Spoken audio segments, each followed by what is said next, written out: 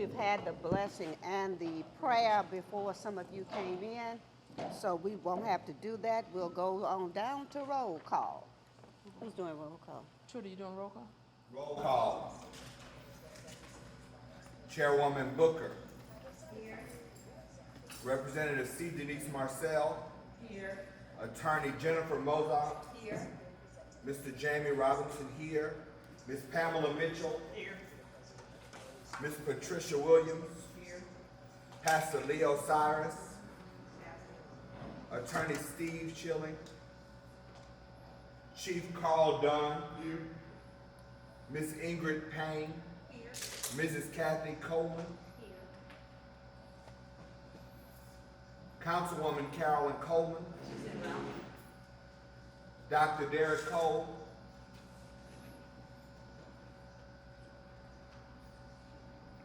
Madam Chair, we have 9 members present with the quorum. Okay, thank you. Did he call you? He call you for the record? You? Yeah. Okay. 9. We're going to move for the adoption of the agenda. I make a motion. I second that motion. Okay, it's been moved in second that we adopt the agenda. If there are no questions or no corrections, the agenda stands adopted. Are there any public comments? Public comments? Public comments? Seeing none, we have no public comments. Okay, we're gonna move. Madam Chair, I have a motion. I move that we move the Personnel Committee report, which is action item B under 6, to replace action item A. Just move it out of order.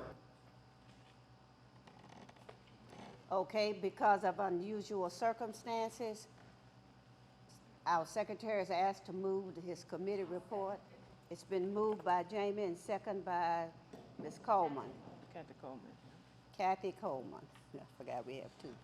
Okay? Are there any questions? All in favor? All in favor? Ayes have it, so we're gonna move, and we're gonna move to the Personnel Committee report, and that's by Jamie. Yes, ma'am. Madam Chair, at this time I move that we move into executive session as we discuss the Personnel Committee report, which will discuss the Chief Executive Order Officer's performance review for fiscal year 2021. Okay. Do I get a second? Second. Okay, it's been moved in second that we move into executive session for the Personnel Committee report. All those in favor? Any opposition? Roll call. We're back into regular session. Jamie has to do the roll call. Okay. Got it?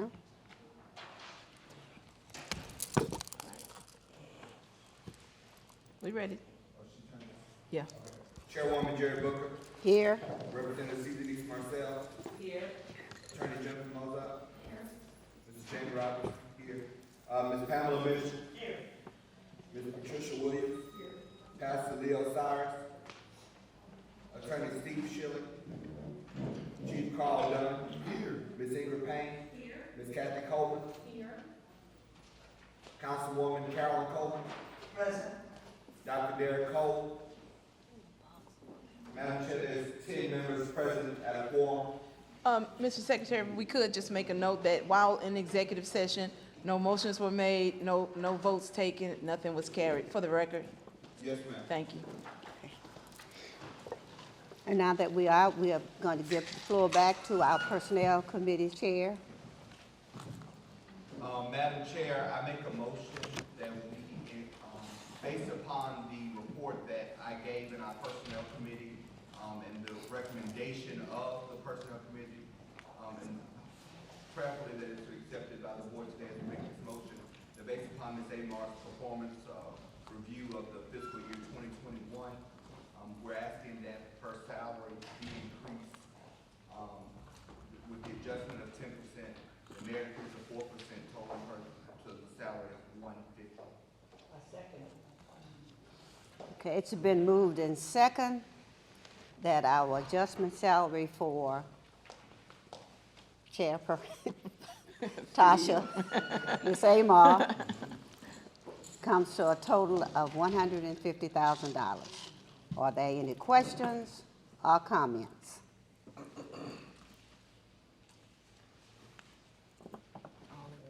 Questions or comments? Not? Motion has been made. All of those in favor? Let me see. Aye. Those opposed? Seeing no opposition, then the salary for the coming year, Ms. Tasha Clark Amar, is $150,000. Thank you. Thank you.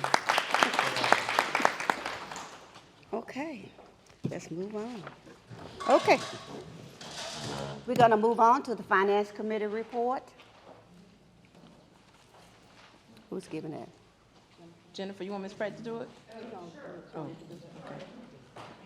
Well, we did have a finance committee meeting this morning, and we met with, Mr. Clark from LHMD, and he went through, the audit report with us, but Ms. Pratt, I think, is gonna give us some more details that we need to know for the full board.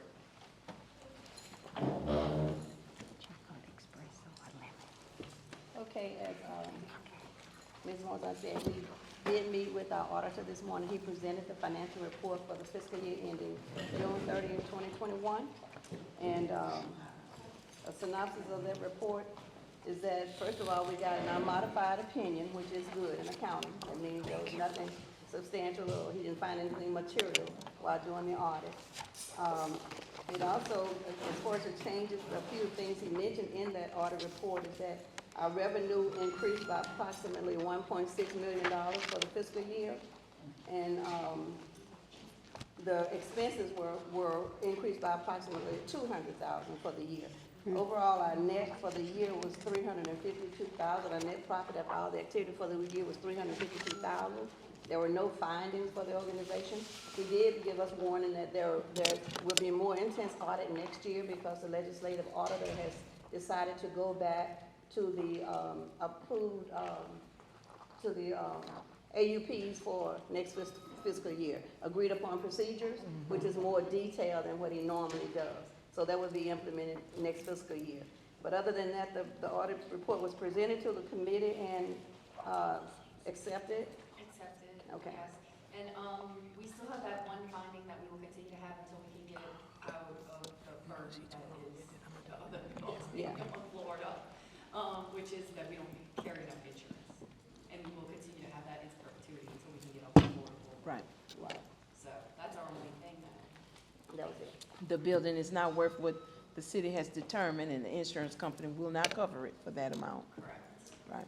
So you didn't do a motion on that. Move to accept the fiscal year 2021 audit report by LHMD. I second that motion. It's been moved and second that we accept the audit report. Are there any questions? Seeing no questions, all those in favor? Aye.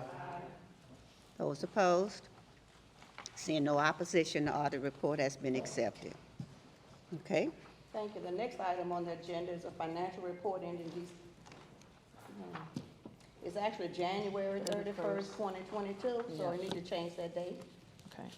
January 31st, 2022 is not December. Okay, and just to bring you up to date, there's no action needed on this particular report today. We have our total revenue for the year, $13,165,236, and that is made up of $10,206,520 from the city, the millage tax, and we have another $2,958,716 from the governor's office on elderly affairs. And their revenue comes mostly from the federal government, Title III funds, and we got CARES Act money this fiscal year, $475,000+. And then, of course, our NSIP money, that's the money from USDA, where we have to buy food from the United States. That did increase last year, but it's still the same for this fiscal year, it's $505,000. And then we have the money that we actually get from the state of Louisiana, $663,000, bringing the total up to $2,958,716 for our revenue from for this fiscal year. Fringe for the year, we're estimated to be about 542,000. That includes the stuff that the agency is responsible for paying for the employees. And as I mentioned before, we paid 85% of the insurance for our employees, but we're going to be reevaluating that because there's some things that have changed since that first went into play. Just So- trying to explain that, because we increased salaries for certain people, we might lower how much we're gonna pay for the Right. health insurance. Right. Just kind of. That's okay, that's cool, I welcome it. Okay, as far as capital outlay for this fiscal year that I have planned so far, Dumas House, we're still working on the electronic gate over there, a fence and gate for that structure. It's still in progress. We did purchase a box truck, we needed a big box truck because we having to go back and forth, making 2 and 3 trips to the food bank to pick up the food for our food pantry. So we did get fined a big box truck and we purchased that this year, and that was like 93,000 and something. I didn't know trucks were so high. But that's what it cost us, yeah. And more now than when. Yeah, everything. You know, as of Monday, our pool will be repaired.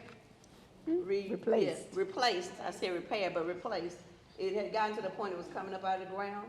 Even if we kept watering, it would seep out and stuff. So it got to the point that we have to do something with it. And we've been talking about it for years, but this year is when it's actually happening. So we got bids and everything, quotes, not bids. We got quotes for doing the work, and they're starting Monday. That's at our Homewood site on Perkins Road, off of Perkins Road. So that will start on Monday. Swimming this summer, that's Swimming right. this summer, that's right. We did get our 5 buses. We paid for the 5 in the fall for this year, but we still have 5 more that's coming in this spring from the DOTD, and I think that's gonna be our last 5. Right now, we have 10 buses. And- 11. Huh? 11. No, they're doing increments of 5. Oh, we got the big one, you're not Oh, I'm not counting the big one. Okay. Okay, I'm from a DOTD. All right. Okay, we got 11 buses total, including the big one, but as far as what we got from DOTD is 10. And we have 5 more that's scheduled to be delivered to us late spring, early summer. And so that'll make our fleet for transporting, for transporting our seniors up to 15. And one requirement that DOTD has, if you have these buses, you gotta show ridership. Yeah. So we have 10, and we have had to hire more riders, even though we're in COVID, not riders, drivers. Even though we're in COVID, we have to put them in commerce. Right. Because we don't use them, they'll take them back. And you hired riders out of No. Hiring drivers. So there's some of the people that we have in the hire. So that we can put our buses on the road and show them that we really do need them. We also, And just to interrupt, by the time we finish this DOTD grant, if you remember, 4 years ago when we got it, it's 5 buses every year for 4 years. So next year we'll get another 5, and our bus fleet will be at 20.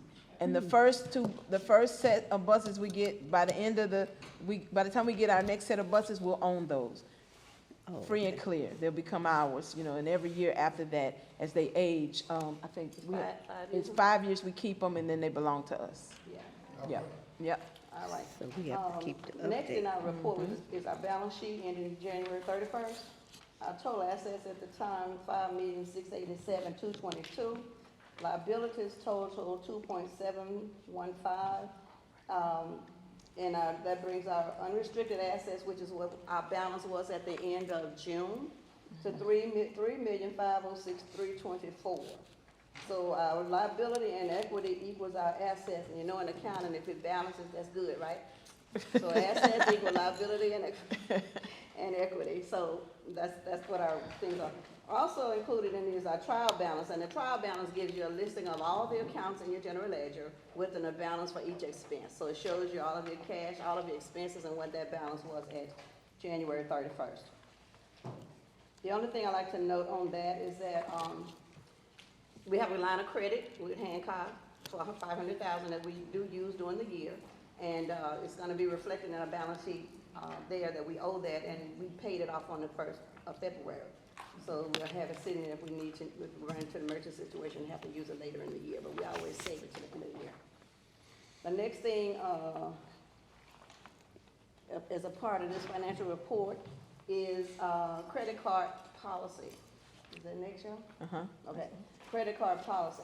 We already have a credit card policy that we put into play right after the legislative auditor came to visit us a couple of years back. And, but we felt we needed to tweak it. And by doing so, we changed it. And this policy is a part of our accounting policies and procedures. So it's only a section of it. So we thought that we need to go on and do this portion of the policy so that we can put this into, these change procedures into play now. So what we had happen, we had our credit card was hacked. Our credit card was hacked. We only have one credit card that we use for the agency, and we use it for emergencies. When people travel, they have to have hotel rooms. You can't give them a check for that. So anyway, we have we have a company credit card. Now we have gas cards for our vehicles, for our fleet, so that doesn't include that. But somehow it got compromised, and we had charges on our statement, and those charges were pretty extensive. So we ended up shutting the account down. We had to file a police report because of the amount of the damage done to it. It was like $42,000 worth of unsolicited or unclaimed money that we said we didn't spend. Right. So the bank, of course, has an investigation going on, as well as the city police. They have temporarily, as Ms. Ingrid said, it's provisional that they gave us our credit back. That's pending the outcome of the investigation. So as soon as that's done, we'll keep you abreast to that. But we still have one credit card, and we changed the procedure to make it a little more stringent. And it was more, our policies were good, and that's where I argue with Tasha. Our policy was good, nothing wrong with the policy. It was that it wasn't followed. So we put some things into place to make sure that somebody checks the checker who checks the checker, you know? Right. So that's what we're hoping to happen with this particular policy. Right. So anyway, I do need your approval to accept this revised credit card policy so that we can make it a part of our manual. All right. It's been moved in second that we accept the revised credit card policy. Questions? If there are no questions or comments, all those in favor? Those opposed? Seeing none, the revision is accepted. Thank you. Thank you. Next, we have salary adjustments and Pmas, and that's our performance management appraisal system that we have in place. Last year, like in November, we had a lot of our employees quitting, our drivers, because we were paying anywhere from $9 to maybe $11, $12 an hour. And they were finding jobs elsewhere because everybody was trying to get people back in the workforce, offering more money to get them back, and we had them leaving a lot. A lot of them just left. Some quit because unemployment was paying more than we were. So anyway, we tried to make an attempt to retain those employees. So we always thought that $15 an hour would be a livable wage for most people in Baton Rouge. So Tasha had mentioned to the board last year that we'd hope to do that by July of this year. Well, we started in November because we were losing our drivers. At that time, we did a salary adjustment for the Meals on Wheels drivers and the transportation drivers. Since that time, the beginning of this year, we've done the salary adjustment up to $15 an hour for every other department. Senior centers, INA, the kitchen, C1 drivers, the drivers that take hot food to the centers, transportation, of course, and Meals on Wheels. And also, if we had in the management support staff less than that, they too were brought up to $15 an hour. So at this point, everybody who works for the Council on Aging is making at least $15 an hour, which is a livable wage, we think, based on what the federal government says, for people. That went into effect January this year, that's right. The Pmas is every employee, if you warranted a review of an increase based from 0 to 4%, then if you warranted that based on your merit, then you got that too. Right. Okay, so employees did receive that as well. If they had a good merit, they got an increase. That's right. And that cost us a total of about a little over $201,000 for both the salary adjustment and the Pmas for this year. All right. Holidays. Holidays. One last thing for me. Normally this is done early in the year, but this is our first official board meeting. Our paid holidays for 2022. The only change we made last year, because we knew we were in COVID, we only had one day for Mardi Gras, because we know nobody was going anywhere. And we made that holiday Veterans Day, because we do have several veterans that work for us, and we want to know that we do appreciate their service. Right. So anyway, it was Veterans Day last year. Well, this year Mardi Gras came around, and I guess you know who lost out. The veterans. Because we're limited right now to the number, because of our policy, we're limited to the number of paid holidays we can do a year. Now, we're gonna address that too. We're gonna look at that too, but right now, we're set at 14, okay? So anyway, I need your approval With the exception of one additional holiday, Juneteenth, that the federal government and governor said is a new holiday. So we picked that one up. Yeah. Oh, okay. Okay. So we get Juneteenth off now. Ms. Pratt don't want us to be off, but we going off for Juneteenth. It's on here. Okay.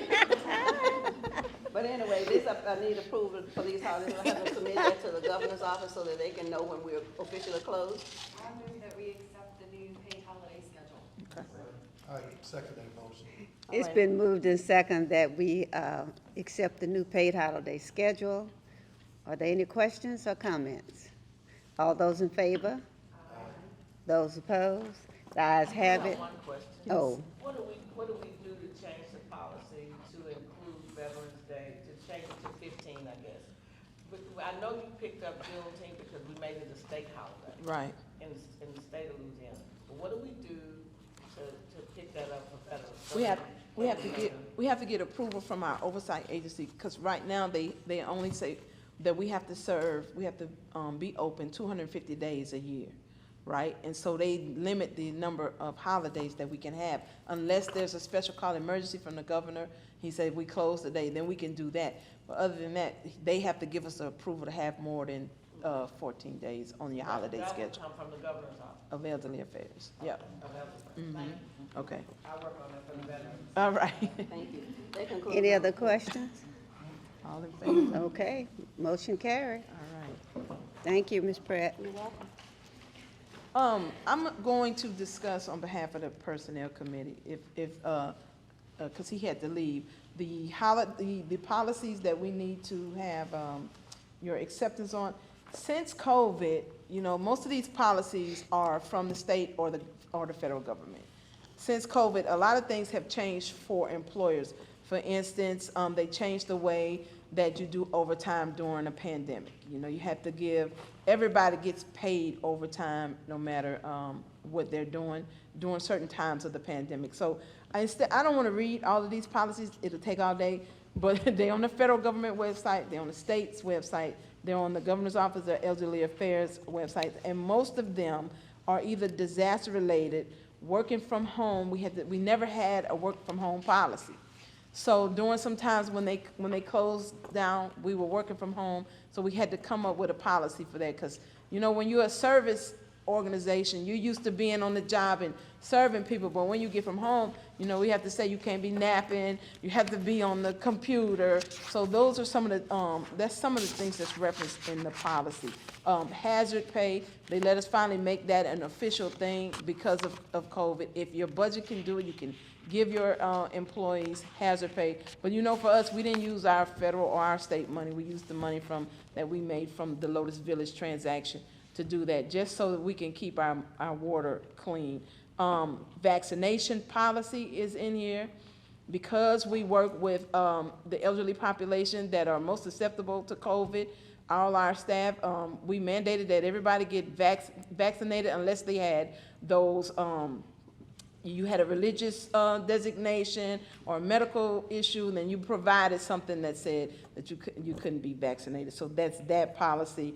We tightened up our agency cell phone policy. What we learned during COVID is our staff didn't have cell phones before COVID. And so the seniors were calling. We picked up almost 7,000 new seniors during COVID, which made everybody's caseload heavier. And so we started to give our staff cell phones. During the storms, they didn't have cell phones. They were using their own cell phones. So now they have cell phones, and just so for the internet, for our routing system, so they could go on it, so they can do their paychecks on the cell phone. You can submit your time on the cell phone now. We just kind of updated our technology, because what it showed us during COVID is we just weren't ready.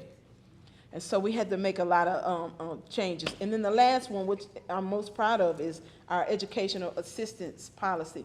And in order to keep good people, you have to have something for them to want to stay for. So one thing we're doing with our drivers, we're getting them all CDL educated.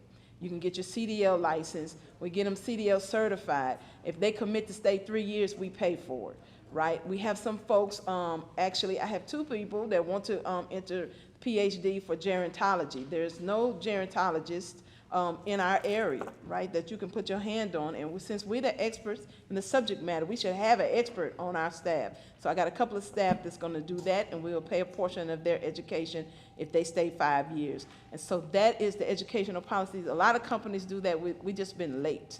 And so we're trying to keep our good people. We have great employees. We have a great staff, but you have to do something to keep them, right? You have to give them an opportunity to have mobility to move up. And so we've been doing a lot of that during the last couple of years. And so I ask that you can take these and read them, but I ask that you accept and approve the policies.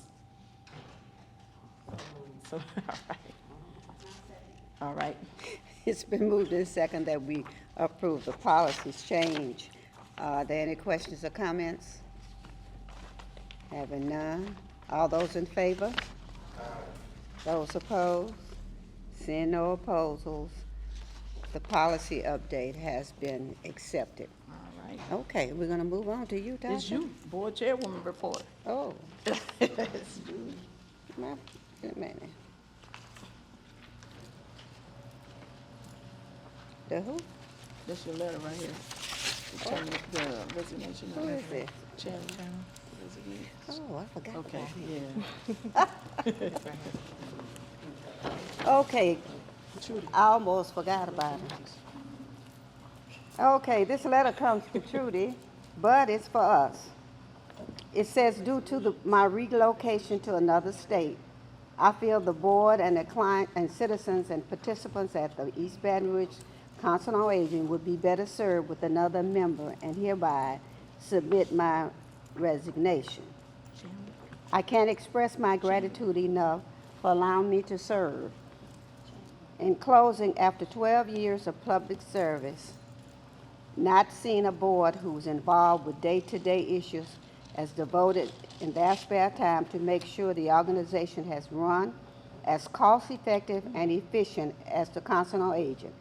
Last but certainly not least, Mrs. Tasha Amar has shown personally to me her sincere dedication and tremendous work ethics in that I can only describe, as well as run our city parish entity. My appreciation for her is sincere and immeasurable. Sincerely, J. Chandler Loop, litigation attorney. All right. Well, Chandler, So, you making a motion? we're gonna have someone to make a motion that we accept the resignation of Chandler Loop. I make a motion that we accept the, You're not doing it. Okay, Chief, can I Gonna make get him stay, didn't he? can I get a second? No. It's been moved. It's been moved and second that we accept the resignation of Chandler Loop. Are there any questions, comments? You got a comment? All in favor? Those opposed? Denise is crying. Hearing none. We do accept the resignation of Chandler Loop. He will be missed for sure. He will be was a great missed. advocate for our agency, and we appreciate his service most definitely. Yes, he was a great advocate, and he does tell us that if anything we need from him, he'll do his best to do that for us. Okay? Okay, I have two resolutions that I'm going to put before you, Madam Chair. I'm going to do it because our secretary had to leave, so I'll read the resolutions into the record. But first, this is for two houses. They're right across the street, 517 North Street and 533 North Street. We want to purchase those houses, and we will own everything on this block after we purchase the two houses. We're going to use those houses as for senior. What we want to do is do Section 8 senior housing, because what we have learned with Lotus Village, we have 116 units and about 5,000 people that's trying to move into them. There is a deficiency And Ms. Pratt told me don't say numbers. So a lot of thousands of people that want to move into the Lotus Village. So there is a deficiency in senior housing. There's a deficit in senior housing. There's a deficit in senior housing for seniors that's raising their grandchildren. And so what we have decided, because we're doing the Lotus Village, there's a lot of property that's around us. It's either air property, blighted property, or folks just want to, older people that want to move or sell it or going to live with their family. So we're trying to pick up the pieces in the village so that we can have a nice place for seniors to live. So the folks across the street approached us and asked us, will we purchase the houses? We're going to purchase them for appraised value, renovate them, and we will probably turn these two into Section 8 houses for seniors with Section 8 vouchers or HUD vouchers so that they can have somewhere to come and live too. Because we only have 6 voucher units, I want to say, in Lotus Village. It's not enough. We don't have enough housing stock for our elderly. A lot of them lost their homes from the flood and then from this last storm, and so we're trying to find housing stock. We're trying to build our housing stock. So I'm going to read these resolutions into the record. It was drafted by, of course, Mickey. He said I don't have to read it all, but it basically says, so be it resolved that on behalf of the East Baton Rouge Council on Aging, Tasha Clark Amar, Chief Executive Officer of the corporation, we are buying this in the Lotus Village, LLC. Okay, it's duly authorized to direct on behalf of the corporation to sign any and all documents in connection with this purchase. And then it says, I, Jamie Robinson, certify that I'm duly elected Secretary of the corporation and that the notice of the meeting of the Board of Directors was properly given to all board members for the above resolutions were adopted by the majority of the Board of Directors. And this is for the 2 houses across the street, which is 517 North Street and 533 North 17th Street. I need a motion.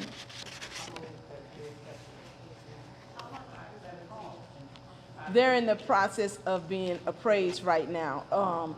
And so one of them is air property, so we're in the process of appraising them now.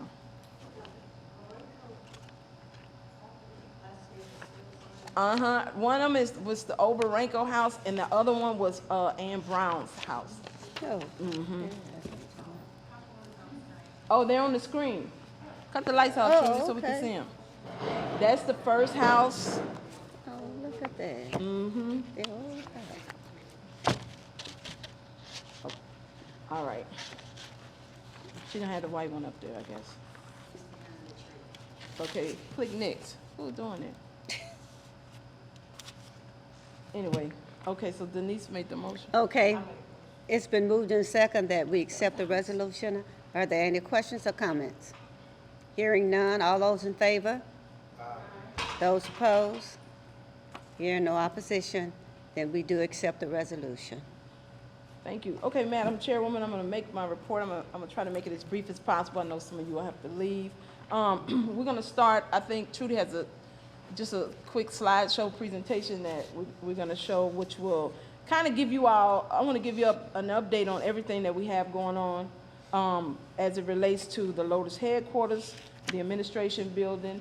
Right now, we're between 70 and 75% complete. 95% of the sheetrock is in. We finally got permanent power, and they are, where'd you go? We're going to show you the slide, I guess. She went to do-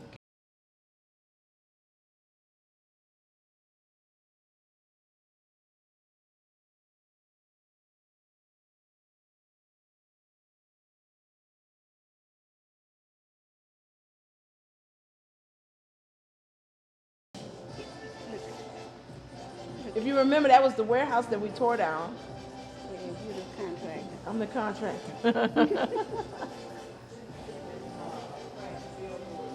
You see Miss Pratt billboard yet? It looks good for me.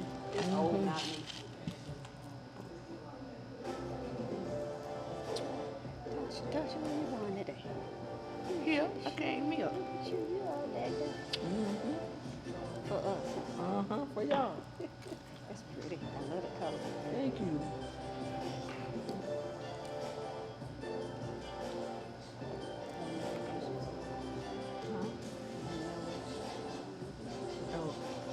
So this is the foundation of the administration building. There we are. We had the first and second floor. The skeleton. They're putting on the roof right there. You see the guy on the roof? He's putting the roof up. When y'all moving in? We slated to be finished July. Oh, okay, I won't be, I'll come see y'all. That's right. We have a grand opening.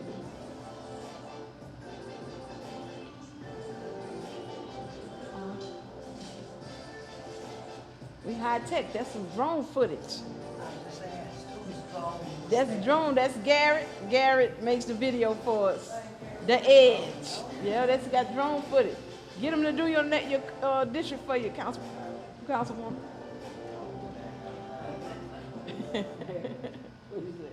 She said he doing it free. No, he ain't doing it for free. He ain't gonna do it for free though. Or talk what you know.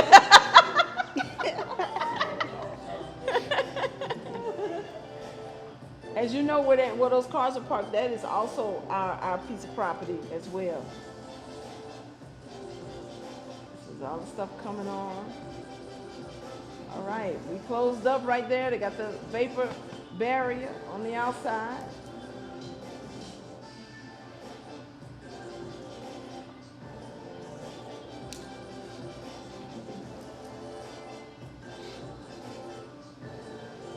Right there, where you see the little L-shaped metal, right there, what we're gonna do now is we can back our vans into the building.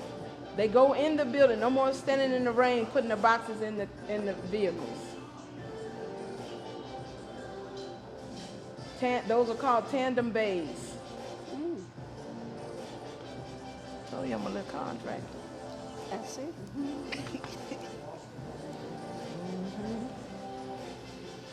That opening up top is an outdoor area for staff to have lunch or smoke their cigarettes.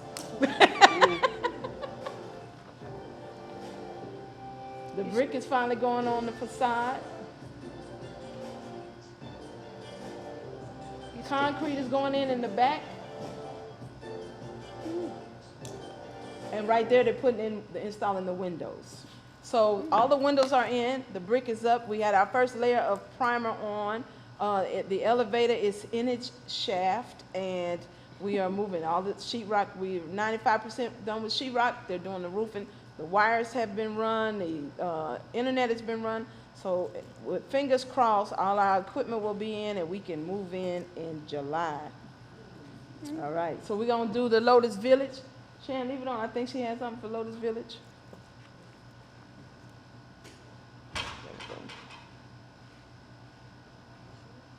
I'm not sure. We so fancy. We high tech. We high tech in here. We got something for Lotus Village? Okay, I'm ready. I'm running through this. So she's in this room, has a equipment room and a mechanical room across the hall that you can run all of this stuff in. Ingrid got to go. Tasha. Huh? She got to go. Yeah. I don't have nothing I need to vote on. So. All right, here we are. Lotus Village is 116 units, 34 buildings, and 3 neighborhood blocks. That's Lotus Village 1 right here. This is the first block. And I want to say in that, I think there's going to be 30 units in this block. So they're putting in the foundation. We already have, how many we have up, Janice? Maybe 15 buildings? Yes. We have 15 buildings already up. Roof is being put on right now. Framing is being done. And there you can see the retaining wall. I don't know. Okay, she in there flipping. But if you see the concrete wall, this is the wall that I talked about in the meeting that the city and the mayor's office made us put up to get permitted. So there is concrete retaining walls around all of these buildings, and then there will be a fence on top of it. So.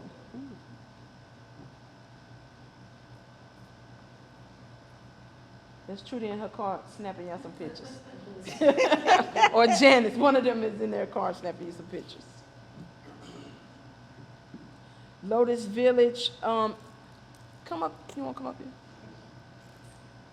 So we can give you I'll give you a proper update. Miss Janice is a nice lady. Ms. Janice Barley is our new Director of Housing, and she is going to be in charge of, one, managing the 5,000 seniors on the waiting list, because I wasn't going to do it. I will not be the person that picks who goes and who doesn't go, but she'll be in charge, and she's going to use her guidelines and standards. She's also been doing housing for 30 years. She comes to us from Volunteers of America. She's run their housing programs, and so she's one of our newest members, and we're glad to have her area expertise. And she is the one that's working with legal to pick up these properties and to make sure that we can bring this neighborhood back into commerce. So Janice, you want to tell us where we are with Lotus Village? Absolutely. First, good afternoon. And thank you very much, and thank Ms. Zamar for the opportunity to be here. Certainly, this is an exciting time for us. Every day, we see something different. Where we are with Lotus Village, we're about 25% complete. We have 3 different buildings, 3 different villages, because it is a village. And as Ms. Zamar mentioned, in village number 1, you saw the structures coming up. So we will have actually 9 structures, but the 30 units within those structures. And each unit will have, each of those villages will have different numbers of structures that will total up to the 116. We have 7 types of models, and with the 7 type models, that's because we have different floor models. And of course, we have to plan for those persons who are ADA. So we will have about 16 ADA units within the village. We're working, Mrs. Amar is just working with everybody. She's using all of her resources to address everything that needs to be addressed. But we're so excited because with this property, Lotus Village, it makes a statement, because historically, when we look at what has happened with Gracie suburbs, and we're making a transformation into something that's wonderful for our people. When we look at substandard housing and plumbing and electrical work that was just obsolete and you know, it was unfit in many cases for human habitation, but people had to live somewhere. Right. So the statement we're making here at Council on Aging, we're saying that we're going to offer you quality housing. We're going to provide a better quality of life, and we're praying that in doing all of that, we will extend the longevity of their lives. So, Thank you. All right. See why we got them? All right, and then next we'll discuss where we are as construction for our fleet warehouse. As many of you know, or maybe you don't know, our buses, our vans, our box truck, our catalytic converters were stolen 3 times. We get new ones, they come back. We move them, we put them in a warehouse, we put them over here with the police. A lot of them on the news. Yeah, they wouldn't give us ours back. We they had already taken it, whatever's good in it, they took them out. But we are building a fleet warehouse across the street. If you saw in the aerial, there was a wide strip of land that we're gonna put this warehouse building there. It's a metal building. It's gonna cost us about $600,000. But in this building, what it's gonna do is a multiplicity of things. One, we can park all the vans, the box trucks, the trailer for the lawn service, and all of the buses in this one building. Also, we can house our transportation department in this building. We'll have storage for supplies. But the best thing is we're gonna cut costs because there'll be an oil change bay in there. We're gonna have somebody gonna change our own oil. We can stop going to Benny's to get the car washed. We have to wash the vans every week because food is in them. So DHH health regulations is you have to clean them, spray them weekly. We'll be able to do all of that in this one building. And the great thing about this building is it's enter one way and exit the other way. There's garage doors on each end. So as they come into this building, they pull in, they park their van, or they get their van and they drive into the next building, get the food loaded, and we can roll out. So this is going to eventually save us some money on oil changes, car washing, tire rotation. We'll be able to do all this in our own building. The only thing they wouldn't let me get was a gas pump. because then we would need racetrack or anybody else. But they wouldn't let me get a gas pump. But other than that, But you tried. I tried. Oh, I tried. Yep. They said, no, it's too close to a residential area. Yeah. But I think these are the kind of things that we need to do to prepare for the future. With this building and the new administration building with the 15,000 square foot kitchen in the bottom, not only will we be able to serve seniors in our parish and we have quite a few seniors that we are missing or we're trying to pick up, but we'll also be able to sell our meals. The parishes, our surrounding parishes, want to buy food from us. In our current building, we can't accommodate that request, but we can eventually start bidding for other councils' meals, and we can be the person that makes them, sell them, or even deliver them to them. So we'll be able to generate revenue moving forward, just in case the great people of the city don't believe that we did enough to earn a second vote on the millage. We'll have a revenue generating two entities with our housing, with our food, and it's been projected we can make a couple million a year just on selling food to my counterparts. Yes, ma'am. I do have a question. I saw where, and I don't know if you said this to them, that's one of the other reasons we had discussed before about the LLC that we created. Yes. Because all the housing that we're purchasing belongs to us, That's right. correct? Right. And all of our buildings belong To us. We'll be finished. We're gonna pay for this building with our straight liquid assets, cash, and our other building is only financed for the 5 remaining years. So we're gonna pay out our administrative building in 5 years. This building is paid for. All the houses that we have is paid for. And so if I'm not here or anybody else, finally, this agency will have some assets. We're gonna own the building in Central. We're gonna own we own the building at Gus Young. We own our own You don't stuff. own the building on Gusher. We own the building at Gus Young. All of this belongs to the Council on Aging and to the seniors of this parish. And what they decide to do with it moving forward is up to them, but it's their prerogative. And so it's a great position to be in where you don't have nobody to answer to but you. And of course, this great board, all right? Okay. And lastly, we had to, Ms. Pratt mentioned in the last meeting that we had to do an emergency move of our Zachary Senior Center. Mr. Cheney, who my predecessor signed a 30-year lease with Mr. Cheney on the building, he passed, and his heirs decided they no longer wanted to keep a senior center building, so they sold it. A church bought it. They gave us a month to move out. So we moved. We have a new location. We are at the Amazon building on Main Street, and we'll be inviting you, 63 Main Street. We did a quick renovation in there. We had to bring the bathrooms up to ADA code and those kind of things that go with the senior center. And we'll be doing a grand opening here shortly. And other than that, that completes my report, unless you have a question. Yes? We skipped. Did I skip something? The police substation and Yes. 1549 North Street. That's right. Okay, my apologies. I think Trudy had the little house up there. So we bought a house, if you all recall, sometime last year. It was 1549 North Street. It's yellow and green house. It's a 3-bedroom house, 3-bedroom, maybe 4 bedrooms.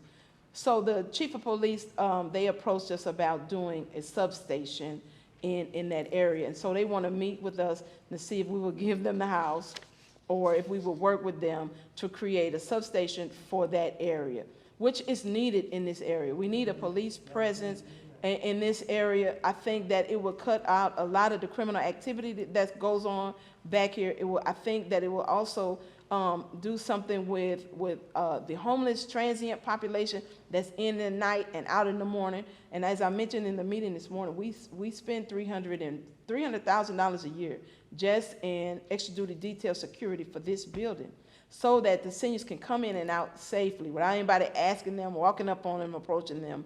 And it has worked out well, but it's expensive.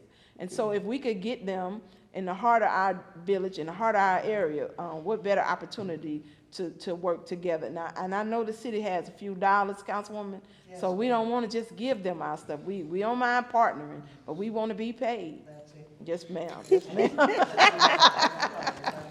Everybody got to be paid. We just can't let you have our stuff.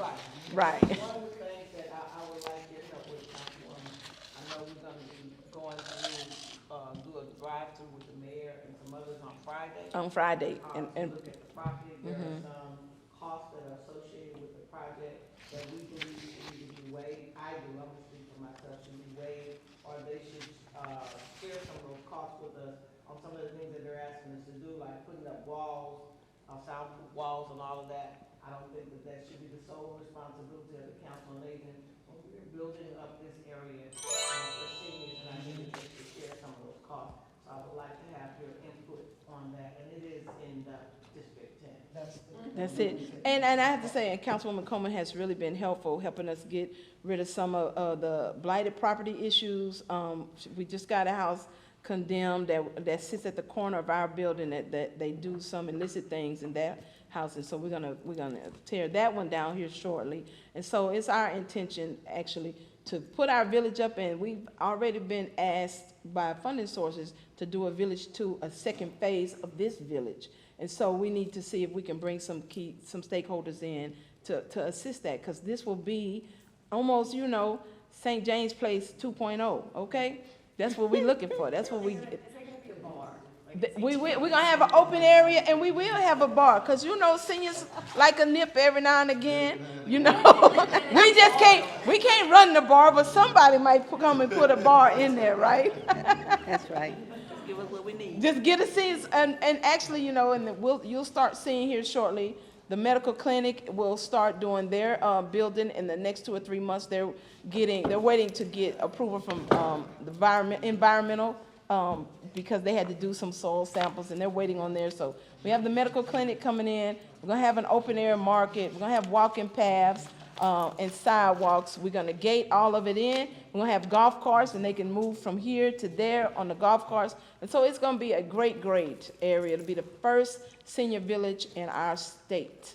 And so we need to commend our workers and our employees and our board for having great vision to bring something to the city of Baton Rouge like this. So we need to get them to come on and join us.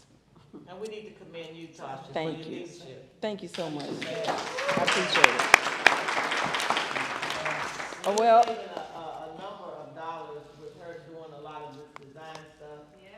If you really looked at the cost that you would get somebody to do the design, that'd be her salary for a year. I mean, seriously, and we're saving those dollars, so we want to keep that in mind. We're not, ignorant to that fact. Yes, We know ma'am. that you're a public servant, but you also need to be paid. And we want to thank you. I want to Thank you so much. I saw where your vision was, even when I brought you over here to this building, it was that's right. a mess.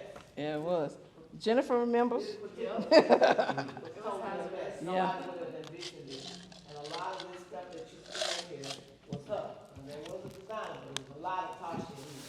And so I just want to personally thank you for your hard work and your commitment to this agency. Thank you. And in that vein, I am me, and I think a couple others, I'm one of the first people in the educational program, because I'm in the middle of getting my contractor's license. 'Cause I have decided, I'm in school right now, I have decided that we're not gonna pay 30% extra for nobody else to point, and I could do that good.